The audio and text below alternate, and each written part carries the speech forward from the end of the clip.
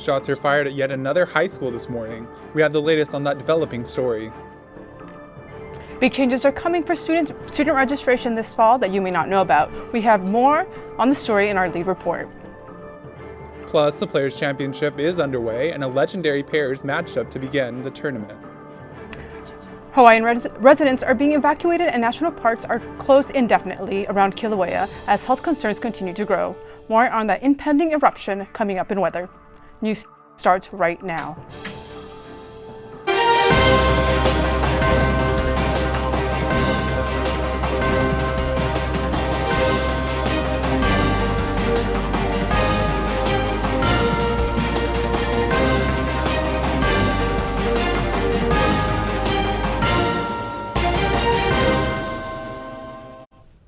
Good evening and welcome to this week's edition of Newscene. I'm Adonis Albright.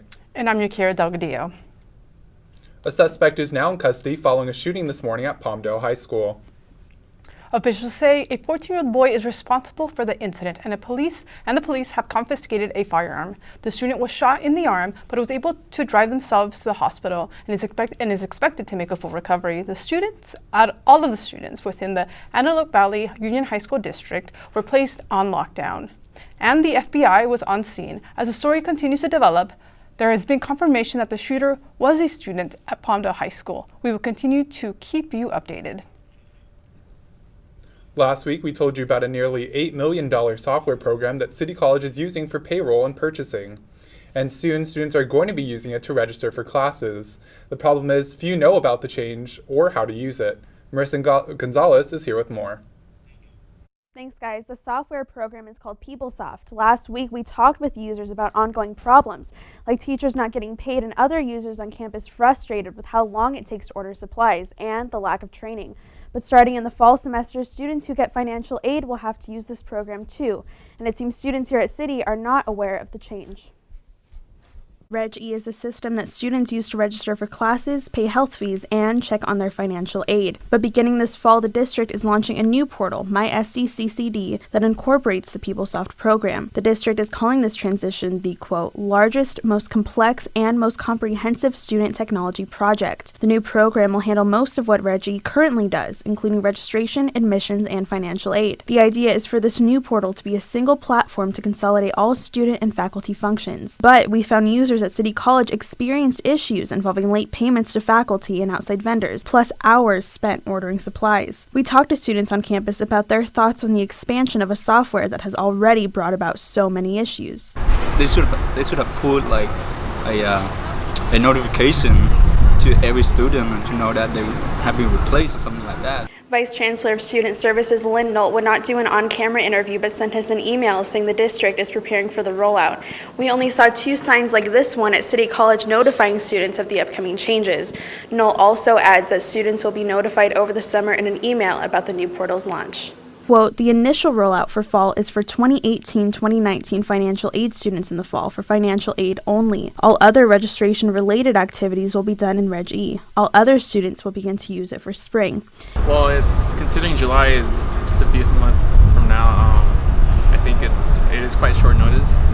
I do see a lot of students getting confused and a lot of issues arising from that. So what are the differences between Reg-E and the new portal? According to Nolt, quote, the new system will be available 24/7 rather than the current limited hours of Reg-E. The new portal is cell phone and tablet compatible. I've been to all 3 campuses and I've only seen it around Mesa. Those that have already submitted financial aid applications should have gotten an email about missing documents the new system needs and the status of their application. According to administrators, more information will be found in the summer schedule, so there are probably going to be many students with questions once the fall semester begins. Newscene will continue to keep you updated. Back to you two at the desk. Thanks, Marissa, for that report. Many backpacks were placed on campus here at City College this week as a memorial to college students who have committed suicide.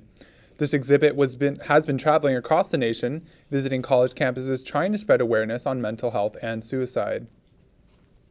This is a campaign called Send Silence Packing, a display of over 1,000 backpacks representing the amount of college students that die by suicide every year in the United States.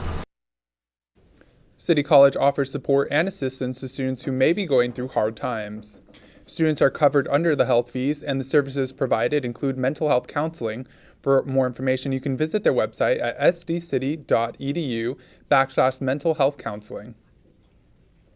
Chula Vista High School student pleads guilty to recruiting his classmates into a drug smuggling and human trafficking ring. Tuesday, 18-year-old Philip Webb appealed in court for allegedly attempting to smuggle two undocumented immigrants into the United States and completing at least 20 narcotic runs across the U.S.-Mexico border. Authorities claim Webb also paid at least 5 of his classmates to bring fentanyl and meth through the San Ysidro port of entry in 2017. Webb is set to be sentenced July 3rd. San Diego District Attorney Summer Stephan is using $30,000 to fight domestic abuse. The grant will come from the California Office of Emergency Services and will go toward buying mobile cameras for police officers. These cameras will provide pictures that can be presented in court as evidence. Stephan says her office is also working on 9 other initiatives to help bring awareness and hopefully an end to domestic violence. Following the arrival of Central American caravan at the southern border, new immigration policies may be coming. This week, Attorney General Jeff Sessions traveled to Scottsdale, Arizona for a law enforcement conference, where he reiterated that those who cross the border illegally will be met with a zero-tolerance policy. Sessions also had this to say regarding the caravan.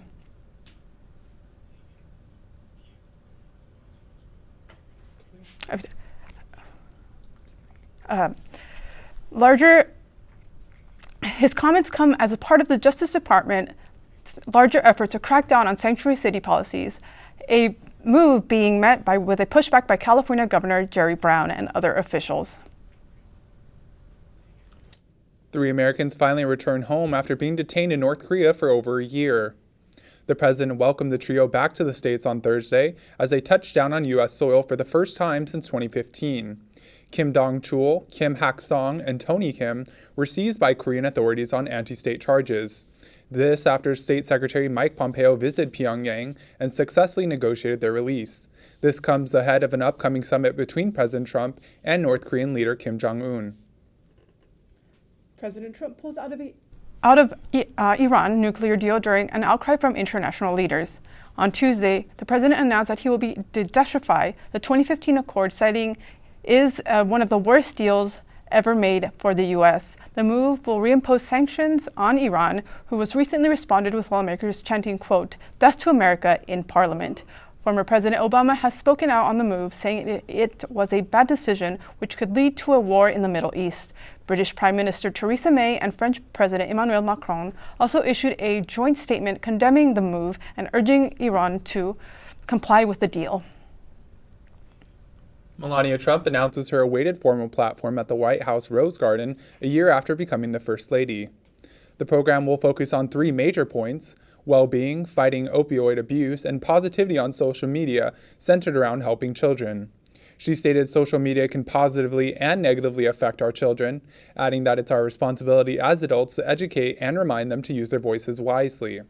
Since becoming First Lady, Melania has met with families and medical experts regarding her platform. She also wants to promote programs that educate families about neonatal abstinence syndrome and the impact of drug use on children. California is preparing itself for a new governor. This past Tuesday, 6 candidates went head-to-head before the June 5th primary election. The topics of debate were immigration, extramarital affairs, education, and President Trump. The issue of immigration created a divide between Republican candidates John Cox and Travis Allen, as well as between Gavin Newsom and the Democrats. However, it was candidate Delane Easton who took a strong stance against Trump.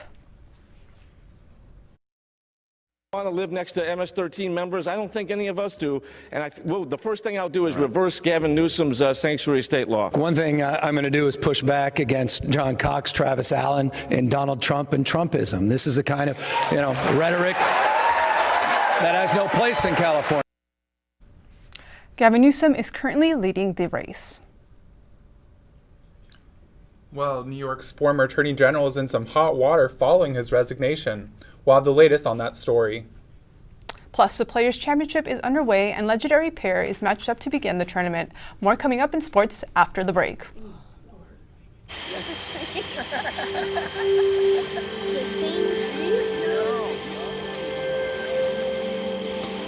they're coming. Places, everybody. Light check. 1, 2, 1, 2. Everything looks good on our end. And lights. Come alive with the forest. Visit discovertheforest.org to find a forest near you. Welcome back. New York Attorney General Eric Schneiderman announces he is stepping down from office. His resignation comes hours after New York published an article dealing abuse allegations from different women. Three out of the 4 women said Schneiderman choked and slapped them during romantic relationships. New Governor Andrew Cuomo called for his resignation, and within an hour, the Attorney General stepped down. Schneiderman's departure is a dramatic fall from grace after he is a public official widely considered to be a champion for women's rights. 5 months after the firing of Matt Lauer, NBC is releasing more information on the investigation. Last November, a woman came forward about his inappropriate behavior towards her and was fired 2 days later. After that, 3 more women also came forward. It has been discovered the accusers are credible in their allegations. However, NBC leadership had no idea of the sexual misconduct. In an interview with NBC HR, he admitted he did have sexual activities with the women. Since then, colleagues have spoke out saying that Lauer was often unfaithful to his wife. And new research findings are revealing a scary truth about America's most popular youth sport. Matt Power has the full report. Links to a deadly brain disease are being tracked to America's most popular sport. Recent studies have shown that athletes who began playing tackle football before the age of 12 had more behavior and cognitive problems later in life. Results of the study by researchers at Boston University were based on a total of 214 former players, 68 of whom played in the NFL. Scientists are arguing that because the human brain develops so rapidly at a young age, that children should not be allowed to play tackle football until at least their teenage years. Schools across the country have already started to shut down their tackle football programs purely because of safety concerns. Large numbers of children have shifted their focus to other sports like flag football, soccer, baseball, and lacrosse. Last year, doctors at Wake Forest School of Medicine used advanced magnetic resonance imaging technology to find that boys between the ages of 8 and 13 who played only 1 season of tackle football had diminished brain function in parts of their brain. Symptoms that occur are problems with planning and struggling with depression and aggression at an early age. Matt Powers, Newscene. With new research results on display and further experiments ongoing, we will continue to keep you updated on future findings regarding youth safety in tackle football. And now let's find out what happened this week in the world of sports. Thanks, guys. We're going to start things off with some news in the PGA Tour. The Players' Championship kicked off yesterday morning at the historic TPC Sawgrass out in Ponte Vedra Beach, Florida. Last year's winner, Kim Si-woo, got off to a fast start on Thursday, putting beautiful touch on the ball as he finishes his round at 5 under. And fan favorite Dustin Johnson was feeling it early on as he knocks down a lengthy birdie putt on 18. He finished in first place, but was an early one to finish at 6 under. Tiger Woods made his debut shooting an even round, and he was matched up with fellow golf partner Phil Mickelson and Ricky Fowler to begin the tourney. And past Players champion Sergio Garcia came out swinging as the Spaniard put on the right amount of English and finishes the day at 4 under. The second round is in progress, and the current leader is Charles Schwartzel at 10 under. And rookie phenom Donovan Mitchell comes out putting on a display of assortments against the Houston Rockets. Chris Paul was having none of that, though. He put on a clinic of his own, making shots in his face back to back. Here he is clearing pipes, Drano, and he was crossing left and crossing right as he steps back to ponder life. Houston cruises through the Jazz through a final score of 112 to 102. Another Western Conference Finals matchup is going to be the Golden State Warriors against the New Orleans Pelicans. Warriors look to handle business and get a hot start. Transitioning down the floor, KD tosses the rock to Klay Thompson for an easy layup. The Pelicans put up a little fight with Rajon Rondo cutting to the basket and handing it off to Anthony Davis for the flush. The Warriors were not fazed as they hit the gates running out at halftime with Steph Curry splicing through the lane and dropping it off for an effortless Durant slam. That was about all she wrote as Steph Curry decided to take over and jack up ridiculous threes from wherever on the court, putting the Pelicans season to sleep and moving on to face the Rockets in the conference finals. Moving on to the Eastern Conference, the Cavs have absolutely demoralized the Raptors by sweeping them and We go to Boston, where Joel Embiid and the 76ers take on the Celtics. Early on, rookie sensation Jason Tatum puts TJ McConnell in a blender as he drains the contested jumper. Marcus Smart comes up with a pesky steal, transitioning down court as he lofts it behind him for Tatum to throw it down. The 76ers would not go quietly into the dark as Embiid posts on the block, shuffling, and hits a fadeaway 10-footer. Drip, drip. Aussie point guard Ben Simmons makes his point valid with a drive and a slam in the paint. The Celtics ended up taking the game 114-112, moving on to the Eastern Conference Finals against the Cavaliers. And then just for some breaking news, the Toronto Raptors actually announced that they are firing Dwayne Casey after 7 seasons. He led them to unprecedented heights throughout the regular season, but he could not translate that into deep playoff runs in the end. That's all the time that we have for sports today. Back to you guys at the desk. All right, thank you, Matt. San Diego's newest campaign is urging its residents to take one day a week to help out the environment. Newscene's Colton Chavez has our story.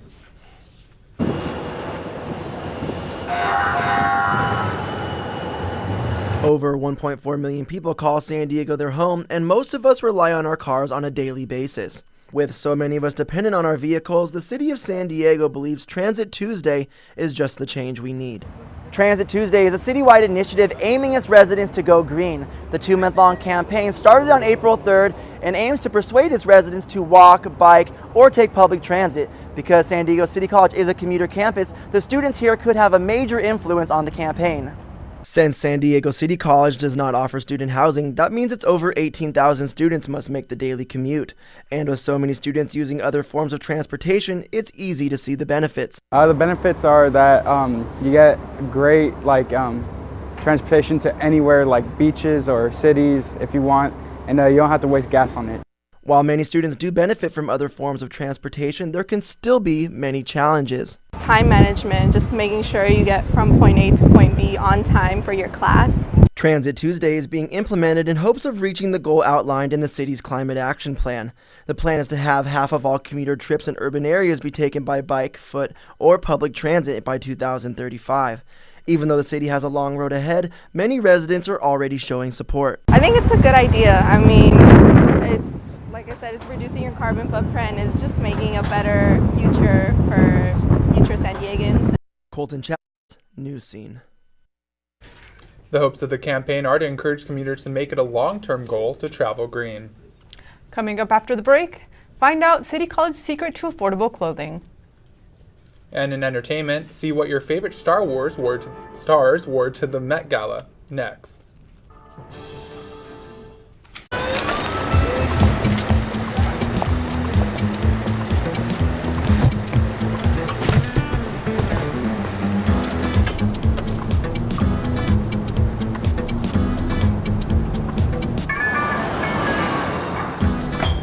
It's a short ride from your neighborhood to your naturehood. To find a neighborhood park or green space near you, visit discovertheforest.org.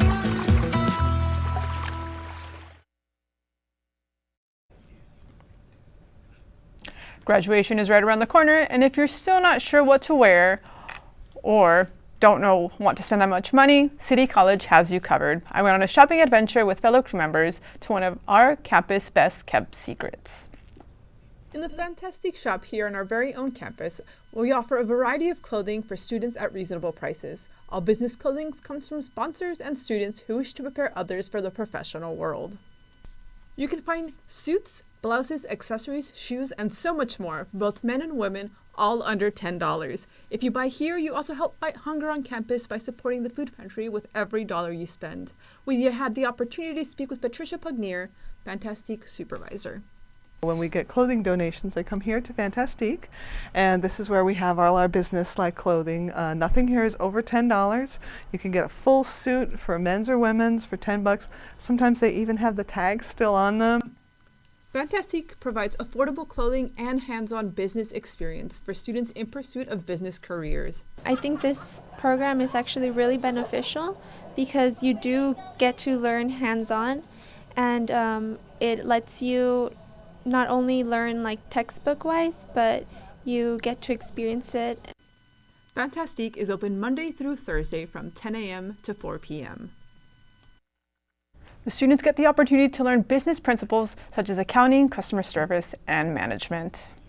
It's actually really interesting. Maybe I should go there and get a tie sometime. You could. It's super affordable, so I definitely recommend it. Exactly. Definitely. Under $10. You can't beat that. Really can't. Really can't. Well, it was a night of laughter for City College. The first ever comedy show at City College was hosted last night by the Renewable Energy Club. The comedy show at Seville Theater included a lineup of 4 local comedians and 1 international. Proceeds from the show will be used to fund a solar-powered charging station at City College. The club has worked hard to bring sustainable energy to campus. The club revealed they have now received approval to install the charging station for next semester. Earlier this week, City College filmmakers had the honor of receiving several awards for their hard work.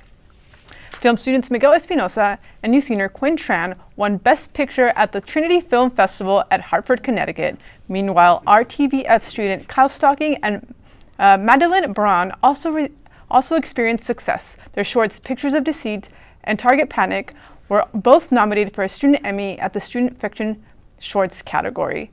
We want to congratulate these students for their hard work. We're very proud to have these filmmakers represent the RTVF department here at City College. See which talented filmmakers made the cut at the most prestigious film festival in the world. Melanie Green has more on the story. The French Riviera hosts the 71st Cannes Film Festival, which kicked off on Tuesday, with Cate Blanchett, Penelope Cruz, and Javier Bardem leading the charge on the red carpet. Cruz and Bardem star in the Spanish family drama Everybody Knows by Iranian Asghar Farhadi. The film centers around the moral dilemmas of a woman whose life is turned upside down when she leaves Argentina for Spain. Along with being the opening film for the festival, it is also in the running for the top prize, the Palme d'Or. Blanchett is leading the jury at this year's festival, which comes as the industry faces upheaval over revelations of sexual misconduct. In a presser for the festival, she expresses her desire for more women filmmakers to be added into the competition. Would I like to see more women in competition? Absolutely. Well, do I expect and hope that that's going to happen in the future? I hope so. Additionally, she explained the women in the competition being judged on their work, not by their gender. There are several women in competition, but they're not there because of their gender. They're there because of the quality of their work, and we'll be assessing them as filmmakers, as we should be. Joining Blanchett on the jury are actors Kristen Stewart, Léa Seydoux, and actor Ava DuVernay. The festival runs until May 19th. I'm Melanie Green reporting for Newscene. The lineup of directors featured during the festival include Terrence Malick, Lars von Trier, Claire Denis, and many more. Be sure to check out more on the lineup listed at the website of festival website, iconez.com. And now here's Tyra Wu with more in the world of entertainment. Give us a scoop, Tyra. Thanks, you guys. The latest adventure from a galaxy far, far away premiered yesterday. Here's a look at the movie.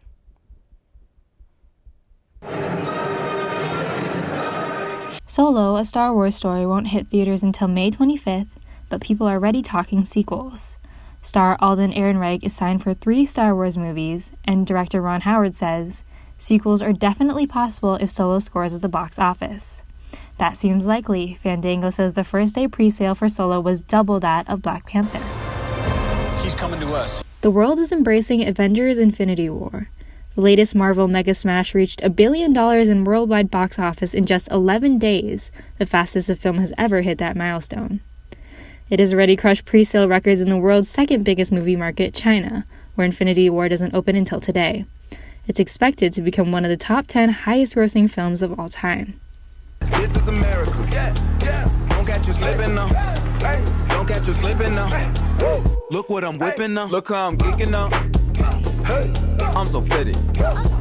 I'm on Gucci. I'm so pretty. One of the hottest videos on the web is Childish Gambino's This Is America, which he dropped over the weekend. In the clip, he shifts between dancing with children and gunning down one person after another, and the lyrics switch from the upbeat chorus to dark, aggressive verses. The video is a commentary on the state of America and how the Black experience is seen in popular culture versus reality. The video now has over 2 million views as fans hit social media praising his commentary and his artistry. Don't catch you slipping now. Look what I'm whipping now. And in other entertainment news, Monday marked an iconic night for the fashion world, the Met Gala at the Metropolitan Museum of Art in New York. Hollywood's biggest stars and fashion insiders were at the fundraising event.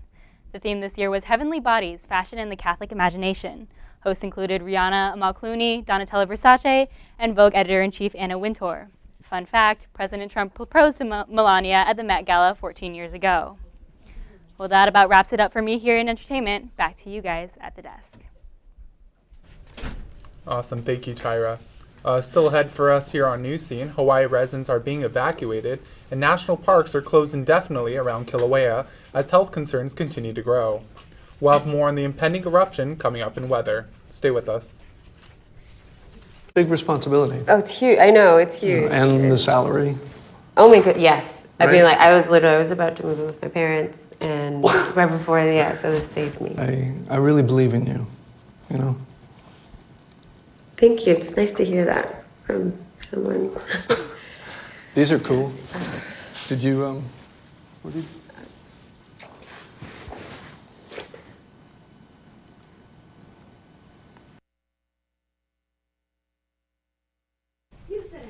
Welcome back.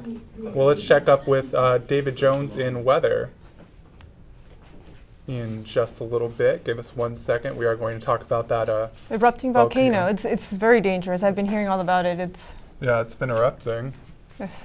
All right, let's toss it over to David. David. Lava continues to flow from Hawaii's Kilauea volcano, but residents are facing a new threat. Experts now fear that the volcano will hurl boulders the size of refrigerators in a series of eruptions. Anyway, the threat level is continuing to rise. As geologists are predicting phenomena of acid rain, toxic gas, and giant boulders. Thursday, residents were alerted by county authorities that wind change could threaten areas to the southeast of the Kilauea and would carry high levels of sulfur dioxide that can be lethal. There were also increased risk of more fissures opening around the island, some bursting with molten rock over 330 feet in the air. That's taller than the Statue of Liberty. The volcano has been spewing lava for a week and destroyed dozens of homes. Thousands have already been evacuated and more are expected to be set. Authorities have also indefinitely closed the Hawaii National Park out of fear of the impending eruption. We'll continue to follow the activity. Until then, our thoughts are with our citizens in Hawaii. But looking into our weather here in San Diego, there's going to be a significant drop-off of temperatures from last week. That cloudy trend is going to continue through the weekend, but you can expect a lot of clouds this week. That's all that we have for weather this week. Back to you guys at the desk. All right, thank you, David, for that report. Well, red tide causes a nighttime glow for surfers. This phenomenon makes the surf light up along the coast. The glow is caused by an algae bloom called bioluminescent phytoplankton. Well, that's all the time we have for Newscene. Until next week, I'm Yakira Dogodillo. And I'm Nana Albright.